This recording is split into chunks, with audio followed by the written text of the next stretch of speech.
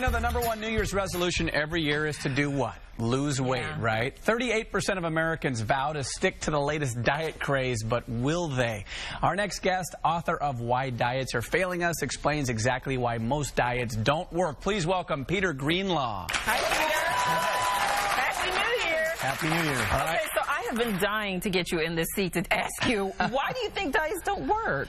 Well, they don't. I mean, according to the NIH, 98% of all diets fail. You got a $50 billion industry that fails 98% of the time. What a great business, right? But the basic reason is that the whole concept of dieting, which is based on reducing calories, is the most illogical thing that ever existed.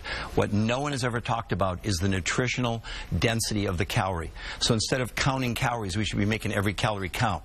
And what happens when you go on a diet and you lower calories, the thing that we're not taking into account is we're also lowering the nutritional density. We're starving ourselves to death when we go on a diet. The body goes into starvation mode and it stores fat. The exact opposite of what you want. Even if you're eating, because I'm on a diet right now, and I'm reducing my calories, but I'm eating salads and vegetables and proteins. Like, let me know how that turns out. Okay, let's take a bowl of spinach. Well, so far so good. I'm down. Watch this. A bowl of spinach, 1952, UCLA did a study that in order to equal the nutrition of one bowl of spinach from 1952, today you've got to eat 42 bowls of spinach. Why? Because the nutrition in our soil has been destroyed by herbicides and pesticides and over-farming. I mean, 1930, we produced about 40 bushels to the acre. Now we're doing 200 bushels to the acre. And what's happening is the soil is so broken down that the plants aren't absorbing any nutrients. You notice I'm holding an orange here, okay? Your grandmother could have eaten this orange. Today, all of us, and I love oranges, have to eat 9 oranges to equal the nutrition that our grandparents got from 1 orange. An apple from 1976, they estimate today you got to eat between 6 and 12 apples to equal the nutrition of 1 apple. So by you reducing your calories, you're putting your body in a state of starvation. Wow. That's why people overeat so much. What about organic farming? Does that change at all? 202 studies last year, USA Today, proved that organic nutritionally is no different than regular food. Less pesticides and herbicides, but absolutely no difference. So the very thing that you're doing, and you may lose some weight, the one thing you're losing for sure is muscle mass. Because in But even if I'm in the gym building muscle? You're not building muscle. And I'm drinking protein right afterwards? You don't have the nutrients, okay? And the thing is that in all these diets, the thing that the doctors warn against, and I'm on board, don't lose more than a pound a week on a diet because you're losing lean muscle mass. The idea is to infuse the body with massive amounts of nutrients in the fewest calories possible. Okay, be specific on what nutrients are. How do we get them? Okay, well, the thing that we're missing the most are basically a huge component of the periodic table, which makes up nature, okay? So you've all heard of iron and calcium and magnesium, but there's these trace elements, things like gold and silver and copper and zinc and molybdenum and boron and beryllium and even arsenic in tiny, tiny quantities that the human body needs in order to perform its functions. Well, we've destroyed those in the soils. As a matter of fact, a report to the U.S. Senate said 99% of the American people are deficient in these minerals, and any one of those can result in disease. And that report was done in 1936. So how do we get them then? Well, you have to go and find sources of these minerals. You need about 70, and the best organic you're getting 10 to 12.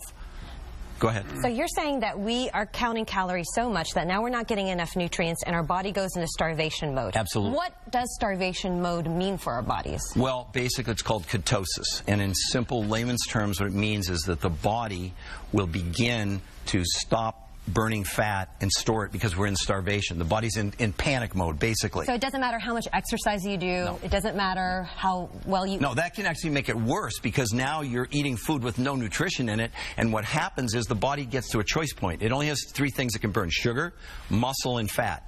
So what happens when you get in this depleted state, and that's why the doctors say don't lose more than a pound a week on a diet, because now you're going to begin to burn muscle mass, okay? Okay, so what do you say to those people? Okay, like, G, I'm just going to use this for an example. She's lost a lot of weight by just cutting her calories and exercising. It's worked. Well, let me just say this to you. The biggest factor in all of this is toxins. Toxins in the water, air, food, carpet, shampoos, whatever. As we're ingesting these toxins, what the body's doing, even for someone like yourself that's really in great shape, I work with some of the top trainers in the world, and when they take MRIs of these people that are in incredible shape around the brain, the kidney, the liver, the pancreas, we see this white halo of this toxic fat. It's called the body's toxic burden. No amount of exercise or diet gets rid of them. And the American Society of Endocrinologists named these fat cells because what the body's doing, the immune system can't deal with toxins. It takes the toxin, stuffs it in a fat cell. No amount of sit-ups, exercise, whatever will get rid of what's going on basically around your liver, etc. The body's trying to protect itself by encapsulating the toxin in fat cells. So any diet you're on, you're not losing any toxins. You could run from here to Gary even on a day like this. So you can lose weight, but you're not losing the toxins? Absolutely not. I think the thing that really worries me is I've spent a great deal of time and effort and money to eat healthy and to eat organic and to eat grass-fed and try to eat local, but you're saying that doesn't really help. Food will never be enough again, period. It's just proven, I mean, over and over. There's not broccoli, Brussels sprouts, spinach. I don't care what the nutritional value is just crashing. And the scary part is we're using up the soil in North America 10 times faster than we're replacing it. There are estimates now that within 80 years, we're basically going to be a giant dust bowl because we've so over-farmed and we've so inundated the soil with herbicides and pesticides. And remember, we eat whatever they eat if it's a plant or an animal. That's what you have to guard against. And that's what, nobody's talking about this. They lower calories, get rid of your carbs. Okay, that's cool. I love exercise. It's great. But it won't get rid of toxins.